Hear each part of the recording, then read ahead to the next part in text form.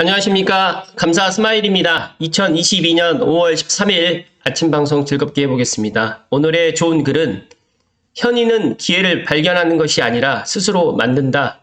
프랜시스 베이컨. 네, 현명한 사람이 될 수 있도록 오늘도 노력해야겠습니다.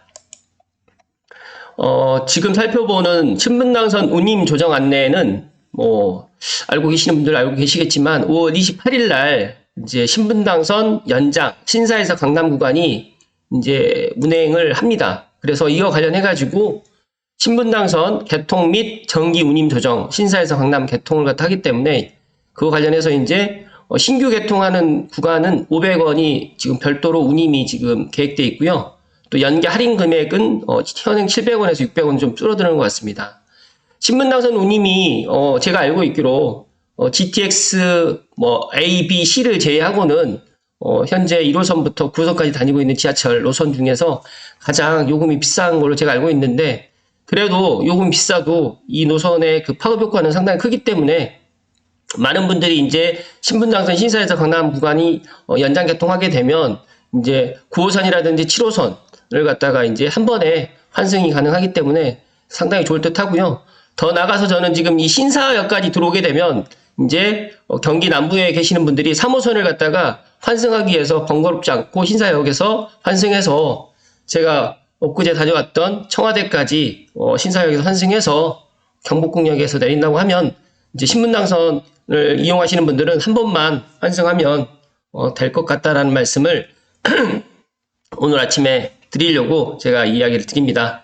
관련해가지고 궁금하신 분들은 신분당선 이런 관련해서 운임 조정 관련해가지고 경기권, 그리고 여기 보시게 되면 신분당선 고객센터도 있습니다. 신분당선은 보니까 경기철도 주식회사 민간이 지금 운행을 하는 걸로 제가 알고 있고요. 제가 계속해서 이야기 드리지만 신분당선 서북부 연장은 올 하반기에 긍정적인 예타 소식이 나올 거라는 말씀을 덧붙여서 이야기 드리겠습니다. 오늘 방송할 주제는 두 가지 신문기사, 제가 관심 있는 기사 두 가지를 이야기를 드리도록 하겠습니다. 첫 번째로 한경지코노미의 김민수 기자님의 왜 아파트 시세를 매주 발표해야 하나요? 저도 정말 이 아파트 시세에 관련해서 조금 일주일에 한 번씩 이게 발표한다는 게 조금 안 맞는 것 같아요. 그래서 저는 제 개인적인 생각은 한 달에 한 번만 발표를 하면 더 좋지 않을까, 저는 그렇게 생각을 합니다.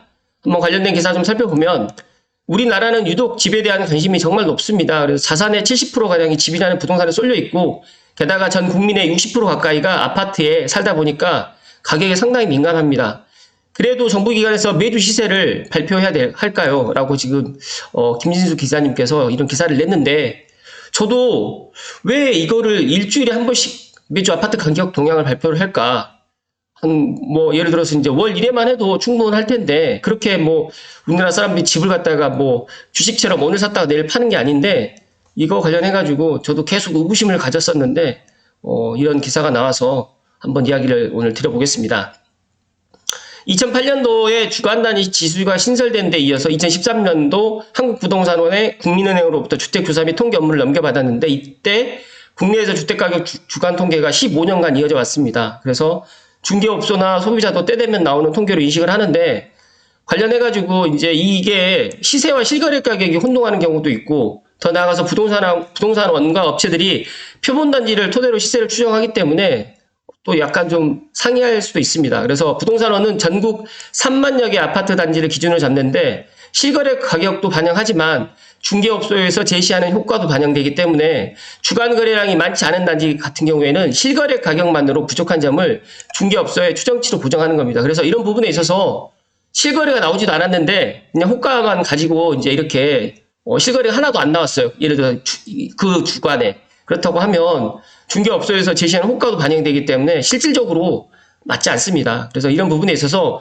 지금 이 4차 산업혁명 시대의 빅데이터 활용으로 새로운 산업이 파생되면서 이런 것들도 다시 한번 논의를 한번 해볼 필요도 있고, 주간 단위로 발표를 하다 보니까 사람들이 너무 이 가격에 대한 많이 민감해하는 것 같고, 또 주간 단위로 시세가 발표되기 때문에 또 시장을 또 자극하는 부분도 없지 않아 있는 것 같습니다. 그래서 이런 것들이 이제 학자분이나 전문가들도, 부동산 전문가들 분들께서도 미국이라든지 해외 주요 국가 중에서도 주요 주간 단위로 공식 주택가격 통계를 내는 곳이 없기 때문에 우리나라도 주간 단위보다는 최소 월간 단위로 좀 변경을 하는 게 더 좋지 않을까 저는 그렇게 예상을 하고요.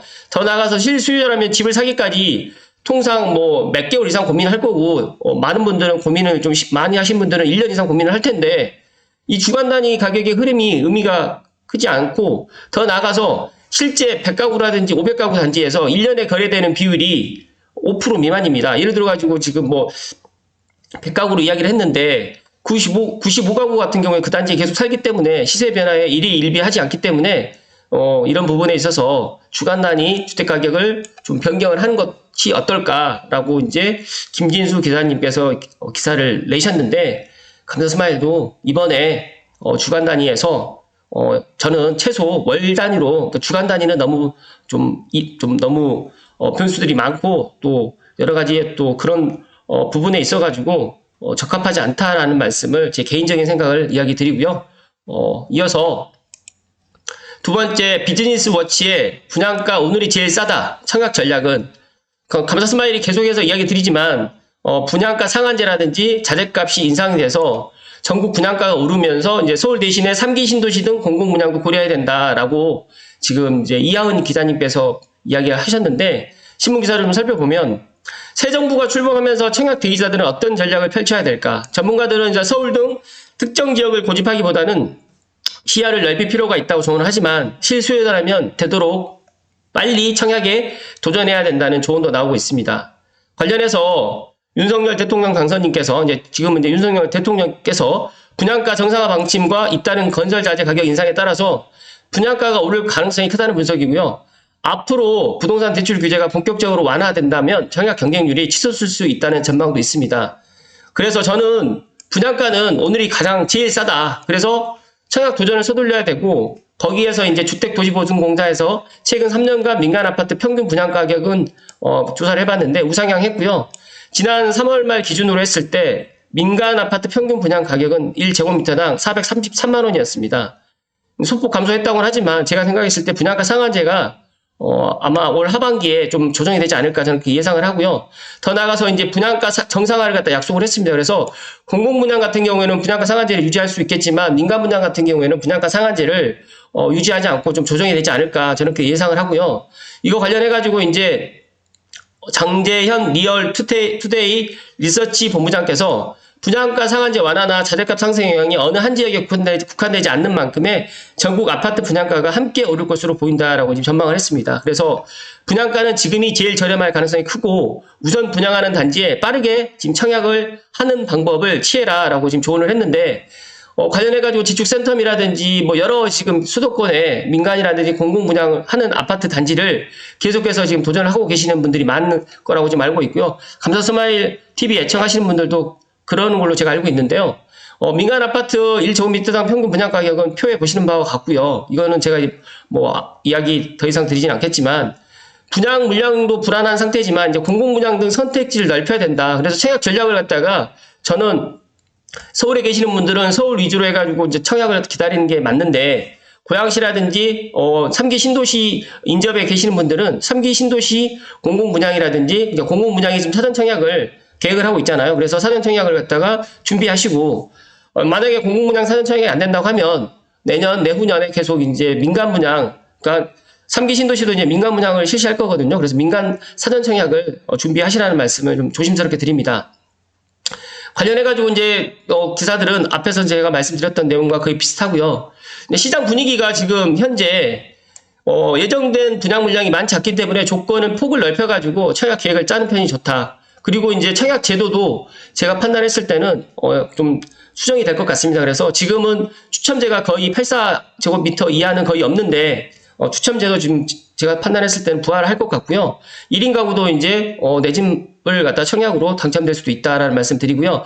더 나아가서 지금 이제 청약을 갖다가 많은 분들이 실시하면서 여러 가지로 이제 내 집 마련을 갖다 희망하시는 분들이 많이 계시는데 최근에 이제 이 대출 규제 때문에 좀 약간 이제 수요가 좀 한풀 꺾였습니다. 그래서 이 부분에 있어서 이제 저는 인수위에서 이제 이야기를 했었는데 지금 이제 이 기사가 5월 아마 12일 전에 5월 10일 전에 기사다 보니까 이 기사 내용에서는 인수위라고 지금 이야기를 하는데 아마 이제 주택 구입 가구에 대해서 주택담보대출 비율을 기존 60에서 70, 또 80%까지 완화하겠다고 지금 밝혔기 때문에 이 부분에 있어서는 아마 무주택자분들은 대출 규제가 풀리면 본격적인 부동산 규제 완화 정책이 나오고 또 청약 경쟁률이 지금보다 훨씬 높아질 거다라고 지금 전망을 했습니다. 관련해서 감사 스마일이 이제 덧붙여서 이야기를 드리면 정말 이 분양가는 오늘이 제일 싸고요. 청약 전략은 하루라도 빨리 내가 청약을 갖다 당첨될 수 있는 방법을 찾으셔가지고 꼭 내 집 마련을 하시라는 말씀 드리고요.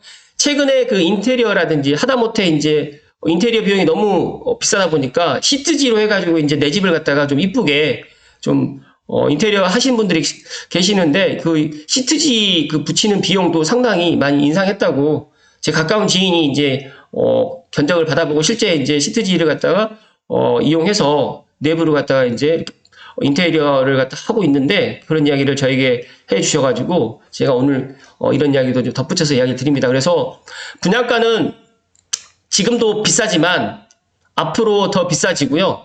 더 나아가서 이제 3기 신도시에 이제 공공분양이라든지 민간 분양도 있기 때문에 무조건 인서울만 고집할 게 아니라 만약에 내가 인서울이 좀 인서울보다 더 좋은 단지가 있다. 그리고 3기 신도시에 그런 미래 가치를 본다라고 하면 저는 3기 신도시 공공분양이라든지 민간 분양을 청약 전략으로 놓으시고 청약을 준비하시는 게 또 하나의 방법이다라는 말씀을 오늘 끝으로 드립니다. 물 한 잔만 마시고 마무리 지을 수 있도록 하겠습니다.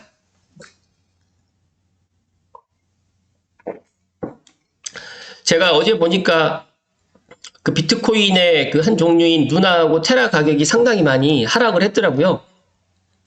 저는 이제 저도 깜짝 놀랐는데 어떤 분들이 이제 그 내 집 마련을 갖다가 하는 데 있어가지고 집값이 떨어지면 어떡하냐 그런 이야기를 저에게 정말 많이 하거든요. 근데 집값은 떨어지면 집은 남아 있습니다. 그리고 집값이 떨어져가지고 정말 힘든 경우를 갖다가 물론 저도 인플레이션이 아니죠. 그 IMF 때 제가 보기는 봤는데 그때는 제가 너무 어렸기 때문에 그러나 금융위기 때 2009년도에는 그렇게까지 집값이 떨어져도 힘드신 분들은 뭐 제 주변에 그렇게 많지 않아서 제가 경험을 못했는데 물론 집값이 앞으로 계속 우상향한다고 제가 말씀드리는 건 아닙니다. 그러나 집값이 떨어진다고 예를 들어서 5억짜리가 뭐 예를 들어서 5천만 원이 되고 1억이 되지는 않는다라는 말씀을 끝으로 드리면서 집을 사서 후회하신 분들보다 집을 장만해서 더 나은 삶을 갖다 사시는 분들이 더 많다라는 말씀을 끝으로 드리고 비트코인이라든지 주식이라든지 제가 투자를 갖다가 뭐 하지 말라고 말씀드리는 게 아니라 상당히 신중하게 투자를 해야 된다, 접근해야 된다는 말씀을 끝으로 드리면서 부동산도 내가 뭐 돈이 있다고 아무 부동산이나 하는 게 아니다. 더 이 부분에 있어서 더 많은 공부가 필요하다는 말씀을 오늘 끝으로 드리면서 오늘 방송 마칠 수 있도록 하겠습니다. 네, 오늘 또 어느덧 또 주말입니다. 또 항상 건강하시고요. 또 주말에 또 가까운 나들이 가시는 분들도 잘 다녀오시기를 기원 드리겠습니다. 고맙습니다.